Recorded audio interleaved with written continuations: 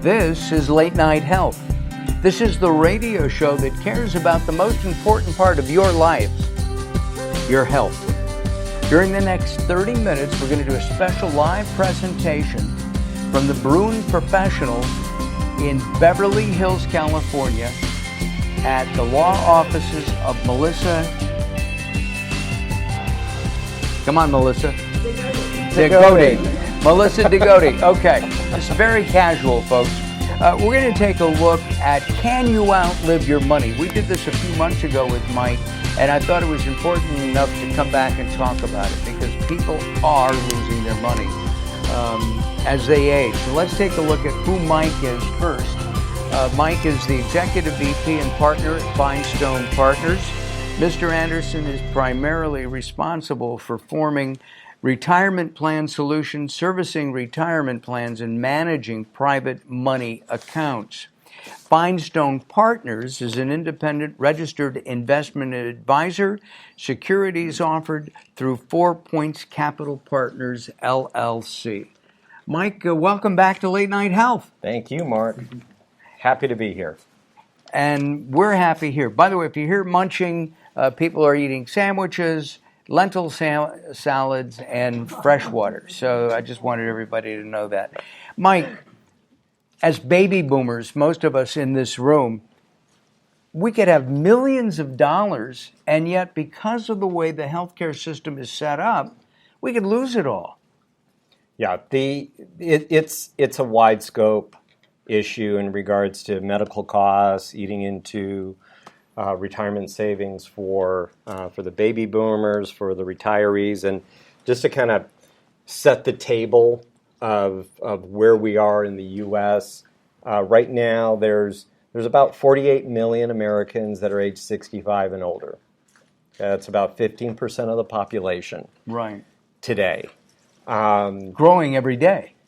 Growing every day, and we've got 10,000 new Americans turning 65 every day. And just so you know, I just saw a statistic, Mike. There are over 108 million people who are 50 plus. So they're getting ready to retire. Right. Those leading up to retirement. To kind of step back right now in regards to net worth, retirement savings, there are about 10% of the population right now will be able to retire the way that they want to. They'll have enough cash to cover the needs, medical expenses, and really the lifestyle that they want to maintain or have into retirement. About 40% of the U.S. population will be able to retire, but with some adjustment to how they live. Okay, and then the bottom 50 are really nowhere. They're going to be on the curb? Potentially. So it's basically Social Security, their children, other family members, and friends that take care of these folks, and that's half of our population. I see several people in this room who are under 50. Should they be worrying about this problem too? Not only for themselves, but for their parents? Well, they should be worrying about it for themselves, their parents, and those that are in your 20s, 30s, and 40s, you still have time to prepare to deal with this when you are 65 and 75, 85 years old. So taking it seriously now in terms of saving for retirement is even bigger than ever. Just to round out in regards to those that may be on the curb, the bottom 50. Right now we've got about 7 to 9 million people in the U.S. over age 65 that are at or near the poverty level right now. Okay, right now. We've got, by 2035, it's projected that we'll have about 20 million. I'm really curious. Is it too late to start doing something when you're, say, 60 years old or 65? You know, unless you win the lottery? Unless you're struck by lightning, okay? Right. first, and then you win the lottery, because that's about the odds of winning the Wow. lottery. So, but with that, it's a good question. Let's say you're 62 years old, and you say, you know what, I want to retire at age 65, but I don't have enough money. I know I can't do it. You've done projections and so on with an advisor. What can you do? Here's a tip for you. Number one, you're probably going to have to work longer. Okay? That's kind of a given. Not until you're 90, but longer. So this is someone age 62. Keep in mind that a moderate portfolio earning 5 to 7% will double in 7 years. So if you sit there and you say, okay, I'm 62, if by 69 or 70 I can double what I have in my retirement savings, if I really focus on it, and increase your contributions on a pre-tax base to whatever vehicle, an IRA, to a qualified plan through an employer, you'll be able to make up some pretty significant ground. In just that 7-year period. Right. Let me suggest to those who are out in the audience, if you have a question, you can address those questions to us at info@latenighthealth.com. info@latenighthealth.com. We will try to answer your questions live here on the air. We have about 25 people here in our room, all from UCLA. Yay! And UCLA Bruin professionals. That's why it's UCLA. And if you have questions, and we have a couple that people have brought up, Mike will try to answer those as well. How did we get into this fix? I mean, you and I were talking this morning about generic Tylenol costing $9 a pill in hospitals. That's ridiculous. Yeah, I'm with you. In kind of putting it into perspective, how we got into this fix as a nation. If you look at the median household net worth of an American at age 65, on the median value is about $225,000. Okay, at age 65, right? If you're looking at out-of-pocket expenses due to your medical needs and health needs, we know Medicare and Medigap is not going to cover everything. You have the premiums to pay on that coverage. You have out-of-pocket for dental and vision. You have out-of-pocket for what long-term care may not cover. Okay. So right now, first few years of retirement, the average out-of-pocket cost for health coverage for an individual is about $3,000 to $7,000. Oh my! Okay, really? $3,000 to $7,000. Okay, if you are in the last 3 to 5 years of your life, it's typically $20,000 to $30,000 out of pocket. So if you know the median value of net worth within a household is $225,000, $250,000, doing the math. Okay, well, if I'm, by the time I'm 85, I'm broke. Okay, and I know the thought is going through some people's mind. Well, the solution is I die. Okay, okay. Well, California's, I guess, a right to die state if you're really sick. True.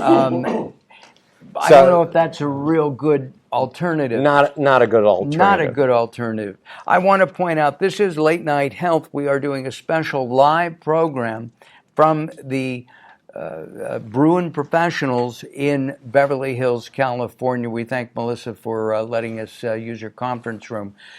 If you have questions, you can write us at info@latenighthealth.com, info@latenighthealth.com. All right, I know Mike gave me some questions to ask, but I tend to just go off the cuff. Whose fault is this? It's all of us? It's all of us together. And a lot of it has to do with the cost of living far outpacing our ability to earn enough money to deal with it, and as we approach and live through retirement. That's really what's happened. Some people may say, well, why can't we become Norway? And everything's covered, and the longevity is not an issue. We can. Well, they eat a lot of herring and fish, and they live to 110. Yeah. I just read about a woman who's on Social Security.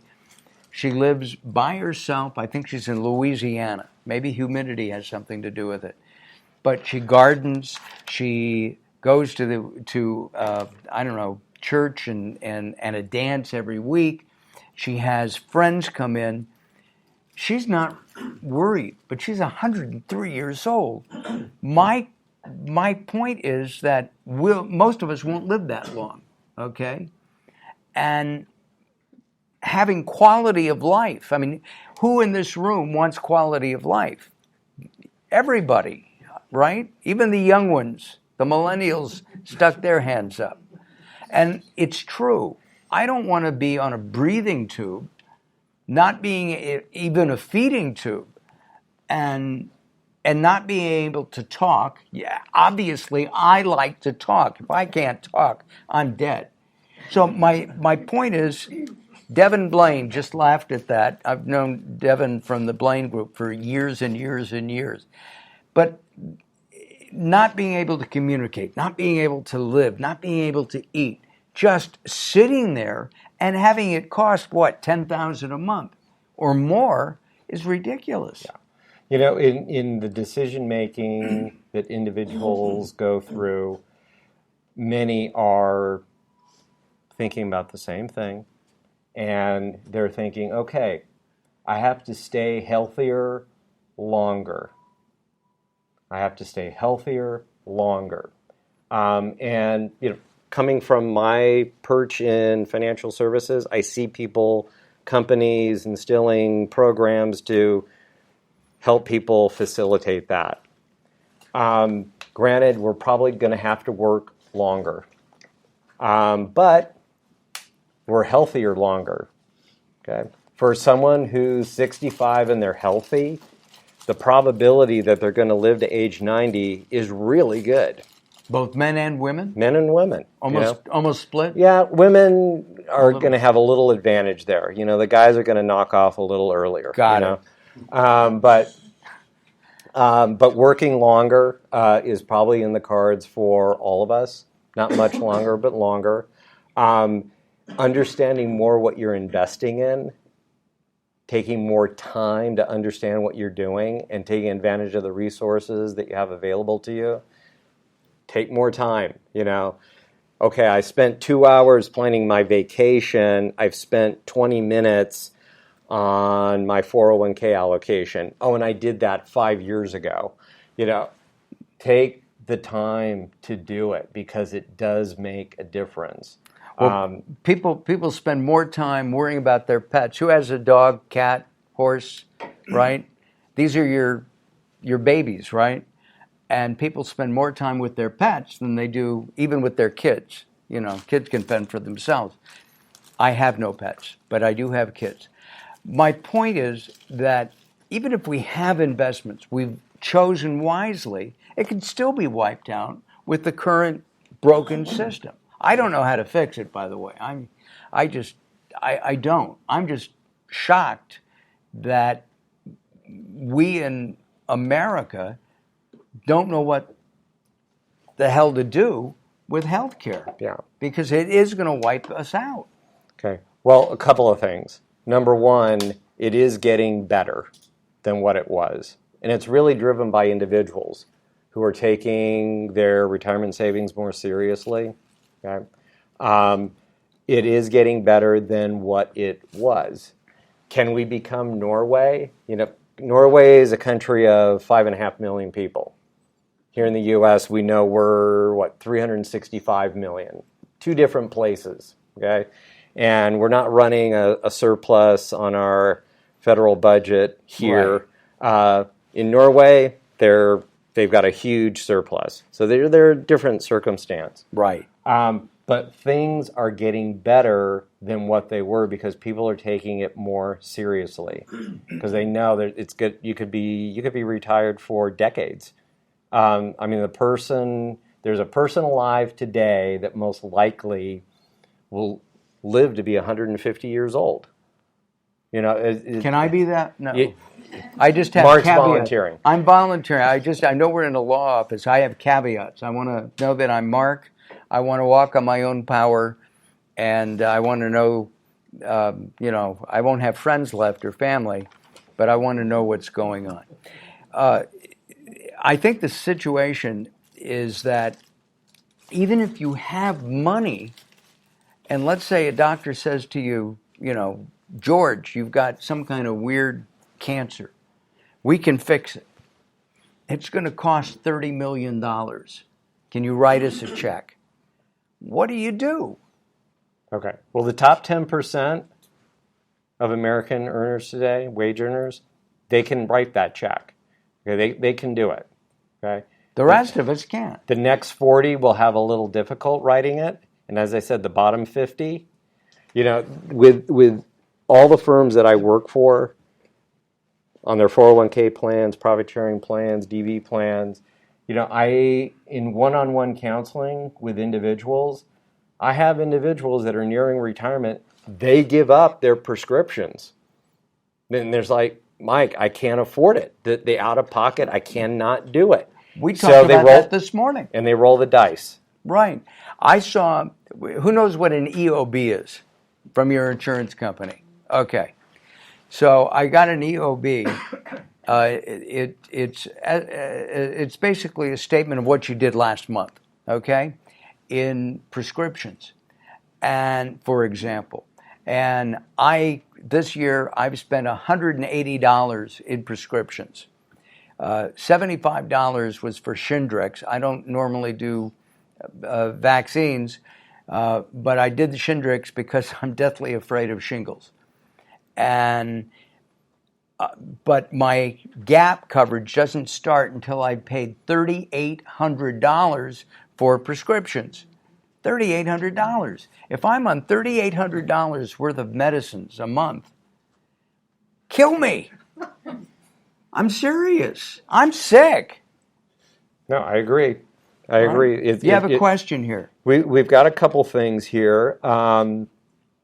So from our audience, our on-site audience, reiterating, what are some of the solutions?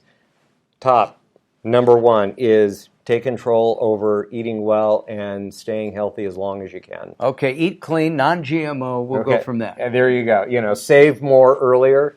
Okay, so for the even those in your 40s and that example that I gave for the 62-year-old, there's a lot of hope for millennials. Okay, that I work for. You may think, hey, you know what? I got time. I'll worry about it later. I'm running into more and more and more that are not taking that attitude. And you want to know why? Because they see their parents struggling and they don't want to end up like their parents. Right. So you'd be surprised how seriously millennials are taking their retirement plans. Their savings rate are competing with the 40 and 50-year-olds to their credit. So That's they're taking good. it seriously. Invest wisely. And that means knowing what you're doing, taking advantage of the resources that you have. Be careful about investing too conservatively over the long term. Even if you're very conservative by nature, be careful. Have some quality growth built in there. In other words, have some risk built in there. You got to have some risk. Some. Risk equals reward. Over time. Absolutely. I'm sorry, I was in a bank the other day, and they said, save now, 1.7%. Yeah. Right? I mean, it's to produce income in the environment that we've been in for a decade. 12 years? Yeah. This is not an income-friendly environment that we're in. And again, for those near retirees, those in retirement, they've had to take a little bit more risk, not a ton, but some more. because the traditional way of looking at fixed income won't work. I should have bought Apple in 1984. Actually, I tried, but that's a whole different other story. This is Late Night Health. We're broadcasting live from Beverly Hills at the Bruin Professionals chapter of Beverly Hills, and we thank you all for being here. Is this we should digress, Of course. okay? Sure. Because you know I do that. This is the first broadcast podcast live from a Bruin Professionals meeting. Wow. All right. So come on, Bruins. If you're out there, let us know. You can write us at info@latenighthealth.com, info@latenighthealth.com. How are we doing so far, just with the people here? You can make noise. The microphones will pick you up. We're doing okay? Yeah. Okay. I see everybody eating. I just, wanted some reaction here. Okay, go ahead. So a few more things in regards to questions and comments, tips. As far as candidates, people that we elect within the state at the federal level, voting for people that are supporting platforms and legislation that are in line with being able to deal with these issues. Totally agree, and it doesn't matter what side of the aisle. It's a common thread amongst the entire electorate. So voting and also vote for Congress people and senators who want to pay into Social Security and not their private health care plan that they have, which is better than Social Security. Yeah, it's sterling. It is. Yeah. Maybe we should run for office. Yeah. Okay, I'm sorry, Mike. Go ahead. Exactly. Another question, as far as on the investment side, where would whole life insurance be of value in a retirement portfolio? Okay, that's a good question. It's a very specific investment-related retirement question, and whole life insurance can be very effective for an individual who has not had access to a 401k, has not had an employer with a profit-sharing plan, most likely will not have a defined benefit plan anymore. So for an individual to have pre-tax features and tax advantage features in an investment that is not sponsored by an employer, whole life insurance can be a very effective option. You can accumulate the dollars pre-tax. The dollars will compound on a tax advantage basis. The distributions, depending on what you take and when, could come out tax-free. What you need to be aware of is there are some liquidity issues tied to whole life insurance. So you want to be aware of that and the cost. There are some reasonably priced policies out there. There are some not. But that's for 20-year-olds and 40-year-olds, not necessarily for 60-year-olds. Well, for those that are approaching retirement, not in retirement, but approaching retirement, this could still be an option. So if you are in your late 50s, you have no 401k, you have no profit sharing plan, you had no plan prior, okay? Whole life could be a way to go. It's not the foregone conclusion, but it is. Could that be for that same 7-year period that we were talking about earlier? That could be the underlying investment for that 7-year period. Interesting. We only have a few minutes left until we're done. We're going to go another minute after. What would you say, Mike, is the overall takeaway from this? What can we as Americans do to make sure that we have health care that's affordable?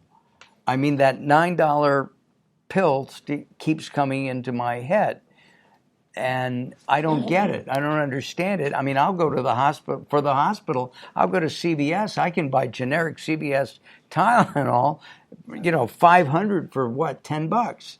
Yeah, as far as the cost of healthcare, the cost, not the ability to pay for it, but the cost of it in and of itself. And bringing it down. And bringing it down. Right now, we've got several pieces of legislation that at the federal level that are in play on both sides of the aisle, both Democrat and Republican, that is looking to put caps on many different areas in terms of cost for healthcare, prescriptions, surgery, all these different areas. And just to give you an idea of how the health industry is profiting in the United States, the three most profitable, highest gross margin businesses in the U.S. over the last several decades, there's three. IT, number one. Number two, financial services, and that might be a little surprising to some of you, but financial services. And of course, number three is healthcare. Those are the top three highest gross margin businesses operating in the U.S. Wow. Mike, we're out of time. This has been Late Night Health. Late Night Health is now powered by Pod Clips, and we thank Mike for that. We are part of we've been broadcasting live from the Bruin Professionals in Beverly Hills. We thank Melissa. I'm going to do it again. You do it. Degodig. Degodig. Right? We got it right? Yes. Melissa Degodig. Okay. We have to talk, Melissa. I have entertainment. You're an entertainment lawyer? Mm-hmm. Oh, boy. Anyway. No, that's good. Can anybody who's under the age of 30 look at that picture behind them and tell us who that woman is? Yeah, no, the old guys know, but the younger ones, did you know? Okay, there's a beautiful picture of Audrey Hepburn. Anyway, we thank you all very much for tuning in and listening. Please share us, okay? You can share us with your friends. We hope this information has been good. Let me once again say that Michael Anderson is with Finestone Partners, is an independent registered investment advisor. Securities offered through 4 Points Capital Partners, LLC. Did I miss anything, Mike? I think we're in good shape. Okay, Mike T. Anderson, the Executive VP and Partner at Finestone Partners. Thank you, everybody. Thank you, Mark.